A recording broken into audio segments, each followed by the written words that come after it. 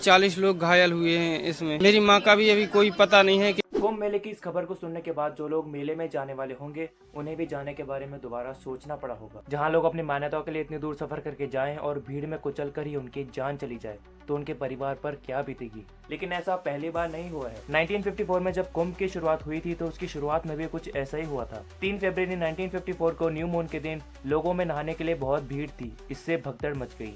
भगदड़ तो मचनी ही थी। उस दिन मेले में करीब 40 से 50 लाख लोग मौजूद थे। भगदड़ की वजह से उस मेले में करीब 800 लोगों की जान गई थी। 100 से ज्यादा जख्मी हुए थे और 100 के करीब लोग तो पानी में डूब ही चुके थे। इसके बाद 1986 के कुंभ में करीब 200 लोगों की जान गई। 2003 के मेले में दर्जनों की जान गई। 2013 के मेले में फुट ब्रिज ढहने की वजह से भगदड़ मच गई, जिससे करीब 40 लोगों की मौत हुई और 40 से ज्यादा जख्मी हुए।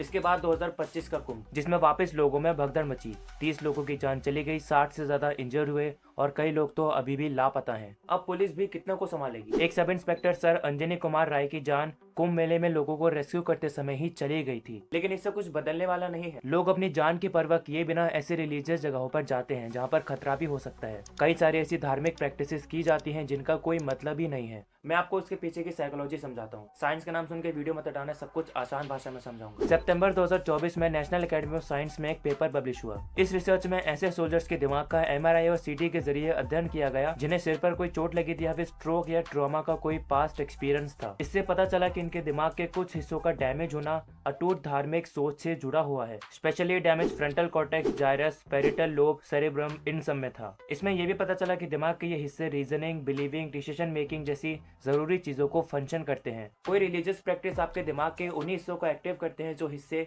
ड्रग्स या फिर सेक्स को लेकर एक्टिव होते हैं, जिनसे आपका दिमाग डोपामिन रिलीज करता है, एक हैप्पी हार्मोन जिससे आपको अच्छा लगता है। इसलिए आप जब भी कोई रिलीजियस एक्टिविटी करते हो तो आपको अच्छा फील होता है और उसे दोबारा करने का मन होता है, क्योंकि आपका दिमाग डोपामिन के लिए कुछ भी कर सकता है। भले ही जान चली जाए लेकिन आपको वो चाहिए ही चाहिए। अब तक कुंभ मेले में जिनकी भी जान गई है, अब शायद उनका परिवार कभी भी मेले में वापस नहीं जाना चाहेगा। अब जिनकी जान इस कुंभ मेले में गई है उनकी जान तो कोई भी गंगा नहाकर वापस नहीं आने वाली। यहाँ लोगों में इंसानियत है नहीं, चले गंगा नहाने, हमारे पाप धुल जाएंगे। जो लोग मतलब बा कर रहे थे वे लोग हंस रहे थे। उन लोगों से हम लोग भीख मांग रहे थे कि बच्चों की भीख दे दे, लेकिन वे लोग हंस के जा रहे। कोई नहीं, कोई मदद के लिए नहीं आया।